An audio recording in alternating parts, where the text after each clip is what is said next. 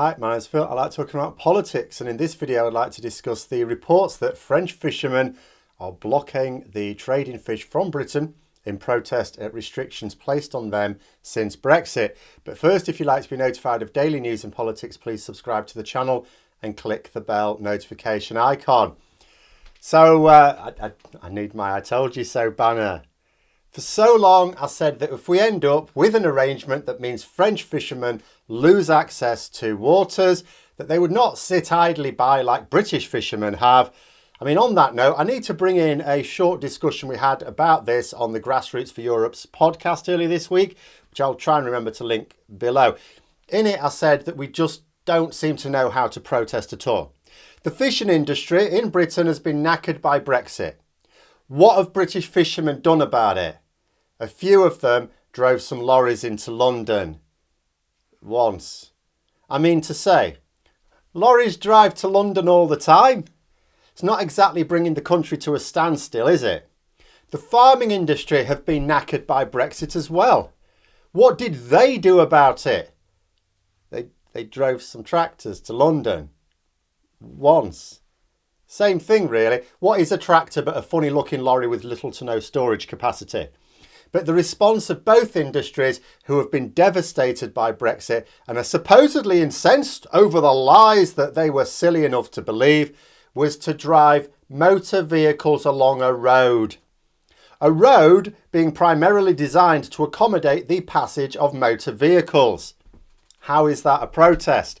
Even for the British, who were very restrained when it comes to our protests, compared to the French, certainly, this was weak.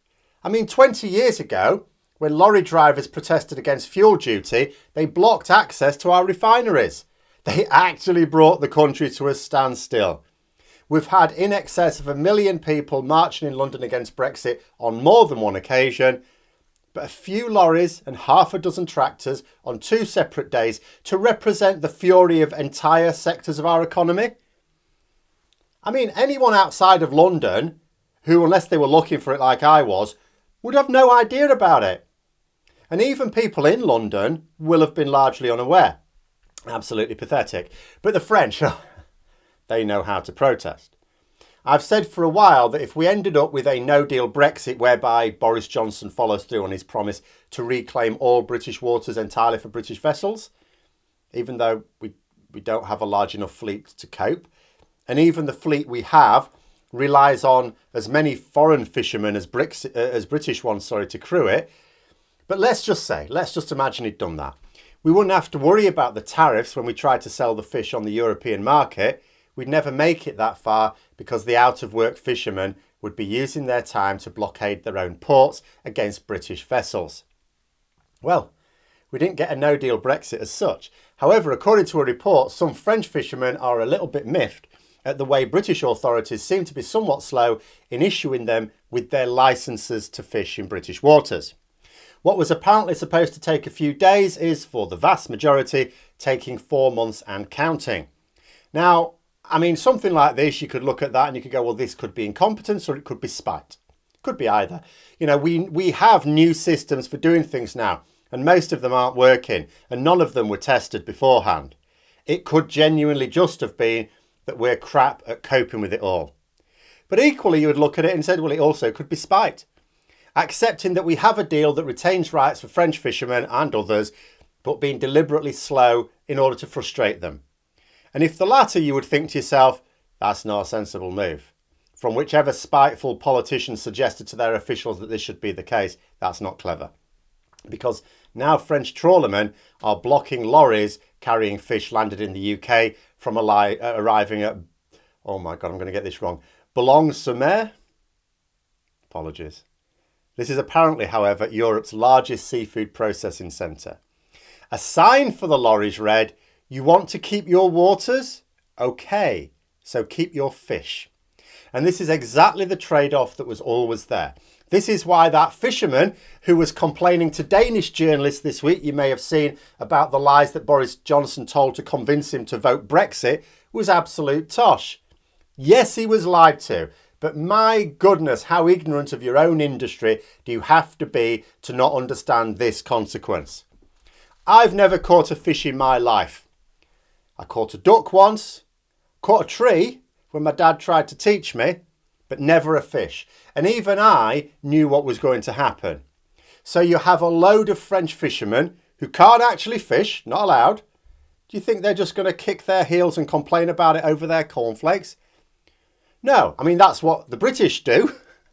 The French, a little bit more direct and a lot more forceful in their shows of displeasure. Goes back to the revolutionary days, I suppose. The government department, DEFRA, has tried to justify these hold-ups by saying that they need evidence that these fishermen have been active in British waters over the last 5 years. Apparently, the evidence required is not the sort of evidence that these fishermen were aware that they would need, either that or it wasn't easy to obtain. So from that, I would tend to err more on the side of, yeah, this looks like deliberate government attempts to frustrate EU fishermen purely out of spite. But here's the thing. See, what matters is that the French are blockading a crucial port. Makes no difference the British authorities trying to justify this. A port is being blockaded effectively. Something they're rather good at, the French. And that means that there will be significant delays in getting more British products to the EU. And one of the things that has hit the fishing industry here is not just the fish that can't be traded at all, like, most oysters and mussels, but even for the fish that can be traded, the delays meaning that the fish isn't as fresh when it gets to market. Now, not as fresh means not as valuable, means, well, you don't make as much money. That Brexit voting fisherman who, rather than blaming him, so actually, no, I will be fair to him, he did put his hands up and say, yeah, I shouldn't have voted for it. Okay, fine.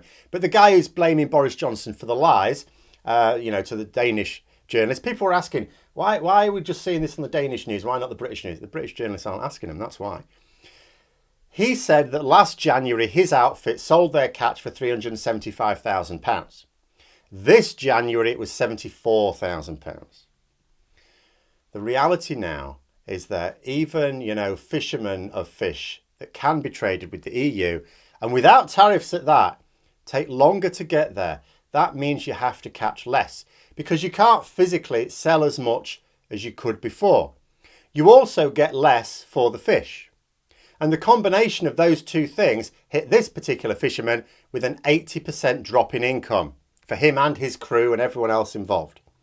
Well, this blockade is going to impact those sales even more for the British fishing industry, as well as any other businesses that were exporting goods via the same route.